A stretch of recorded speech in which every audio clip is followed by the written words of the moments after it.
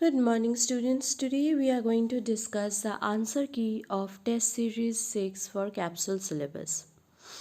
So we'll be having 6 different questions, and the first question is, draw the graph of 3 is equals to 2x plus y.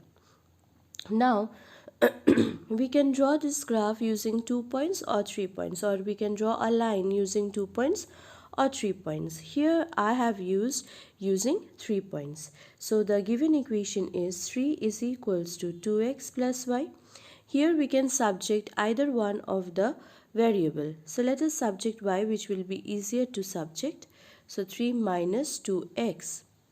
Now for different values of x, we will get different values of y. Let us consider x is equals to 0. For x is equals to 0, y will be 3. As in place of x, we are going to substitute the value 0. So we will get only 3. And if we consider x is equals to 1, then y is equals to 3 minus 2 is 1. So y also becomes 1. So our solution table is x for x 0, y is 3, and for x as 1, we will get y as 1. Now to draw the graph, here I have considered one box is equals to 1 unit as our scale. So here we are going to first mark the points 0, 3 and 1, 1. Joining these 2 points, we will get our line 3 is equals to 2x plus y. So our line is achieved. So this is how we construct a line using 2 points. If we want, we can also use 3 points. Now in question number 2, we have, in the given figure, the side PQ of the triangle PQR is produced to a point S. If the bisector of PQR and PRS meet at T, then prove that angle QTR is equals to half of angle QPR. So from the given diagram or from the given question, we can say that QT is the bisector of angle PQR. So it can be written as PQT is equals to TQR, or it can also be written as half of PQR is equals to TQR. Similarly, RT is bisector of angle PRS. So PRT is equals to TRS, or we can also write it as half of PRS is equals to TRS. Now to prove is angle QTR is equals to half of angle PQR. So to prove it, first we will consider the triangle PQR. In this triangle PQR, we will use exterior angle property. That means exterior angle is equals to sum of two interior opposite angles.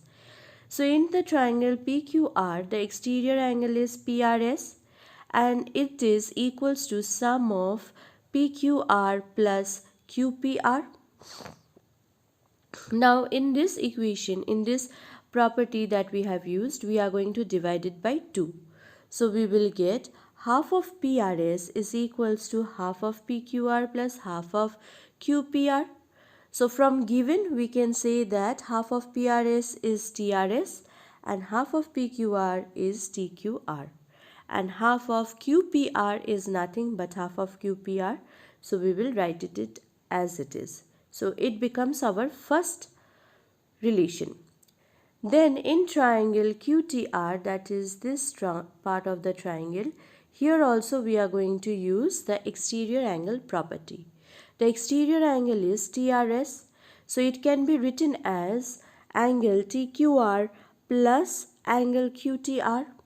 So from this two relation, we can see that the left hand side part is equal. So we will equate only the right hand side part. So we will get angle TQR plus angle QTR, that is from relation 2, is equals to angle TQR plus half of angle QPR, that is from relation 1. So equating this two relation, we can see that these two angle QTR is equal. So we cancel each other off and we will get angle QTR is equals to half of angle PQR, which was our required to prove. So here we have achieved our required to prove using exterior angle property. Question number 3. It is given that PRS angle XYZ is equals to 64 degree and XY is produced to a point P. Draw a figure from the given information. If the ray YQ bisects angle ZYP, find the angle XYQ and the reflex of QYP. So let us see how our diagram will be. So our given diagram is like this. ZYX is given as 64 degree and XY is produced to a point P. So here our diagram is like this. It is produced to a point P. Now at Y we can say that angle ZYX plus ZYP is equals to 180 degree by linear pair. So ZYP is equals to 180 minus 64, that is 116 degree. So this will be equals to 116 degree. Now it is also given in the question that YQ bisects angle ZYP. YQ bisects angle ZYP means ZYP is equals to 2 times QYP and QYP is equals to ZYP. So we can say that the angle ZYP is equals to QYP is equals to half of ZYP as YQ bisects the angle ZYP. So half of 116 is 58. So we will get QYP as 58 and QYZ as 58. Now our required to find was angle XYQ. So we already have XYZ as 64 degree and ZYQ as 58 degree. So if we add these two, we will get 122 degree. So angle XYQ is equals to 122 degree. And another required to find was reflex of angle QYP. So first we will find QYP and then we are going to subtract it from 360 degree. Now we have already found out QYP. QYP is 58. So reflex of QYP will be equals to 360 minus QYP, that is 360 minus 58, that is 102 degree.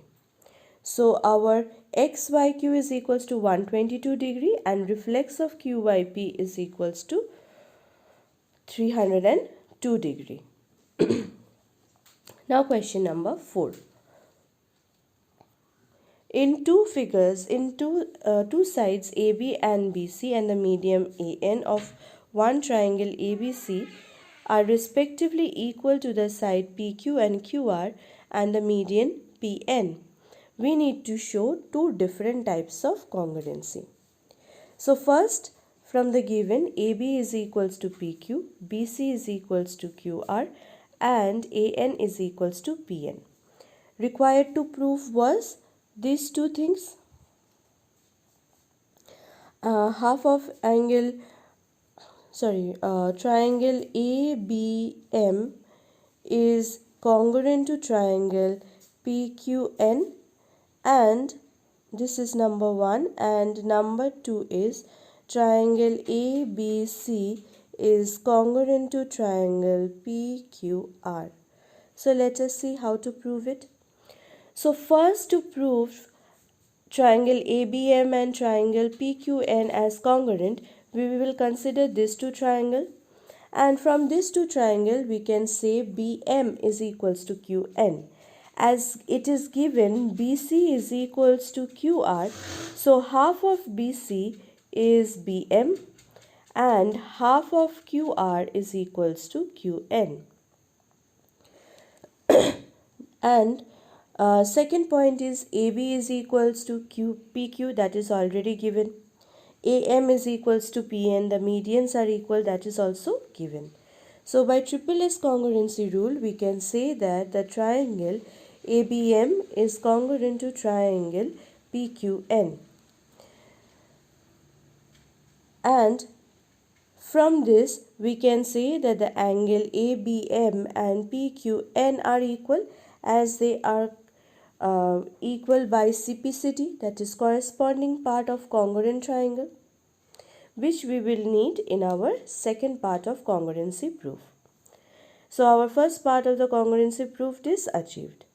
Second is we have to prove that ABC and PQR are congruent triangles. We already have AB is equals to PQ and BC is equals to QR. And from the previous congruency, we have proved by CPCT that angle ABM is equals to angle PQN. So angle ABC is equals to angle PQR, which we have already proved. So by angle side angle congruency rule, the two triangles are congruent to each other. Now our second last question is factorization. Here we have two different factorizations, and in these two different factorizations we will use two different identities. So let us see the questions and answers. The first question is 2xy plus y square plus 8z square minus 2 root 2 xy plus 4 root 2 yz minus 8 root 8 xz. Here we are going to consider the identity a plus b plus c whole square is equals to a square plus b square plus c square plus 2ab plus 2bc plus 2ca. So this is the identity that we are going to use. Now 2x square can be written as root 2x whole square. Y square can be written as minus y whole square, and 8z square can be written as minus 2 root 2 z whole square. We have included the sign minus in y and z. The reason is from the last three terms of the factorization we can see that there is a minus sign involved. So we have taken the minus sign accordingly. So a square plus b square plus c square is done. From the formula we have 2ab, so we will write plus 2, a is root 2x and b is minus y, plus 2bc, b is minus y and c is minus 2 root 2z, and plus 2ca, that is plus 2, a is root 2x and c is minus 2 root 2z. So using the identity we can write it as root 2x minus y minus 2 root 2z whole square.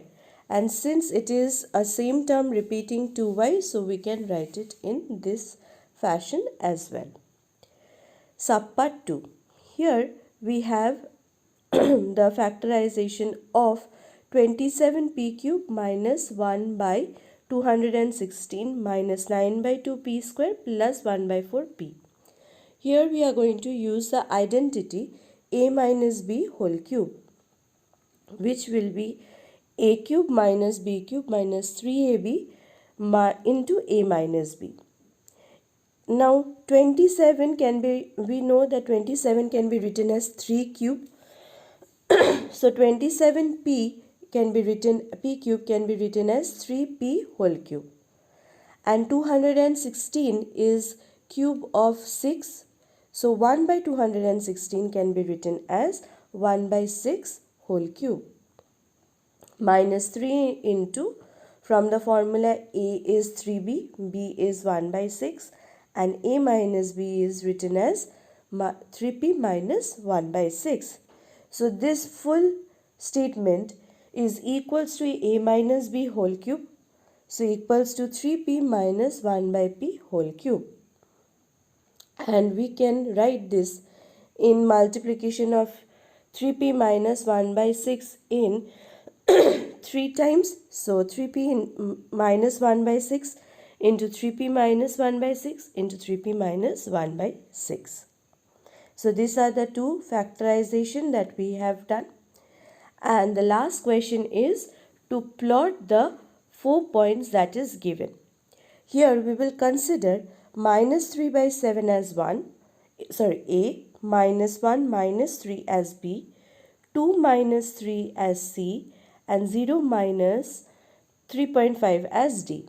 And the scale that we have used is 1 box is equals to 1 unit for both the axes. That means for y-axis as well as for z-axis. Sorry, x-axis. Now this is the plotting.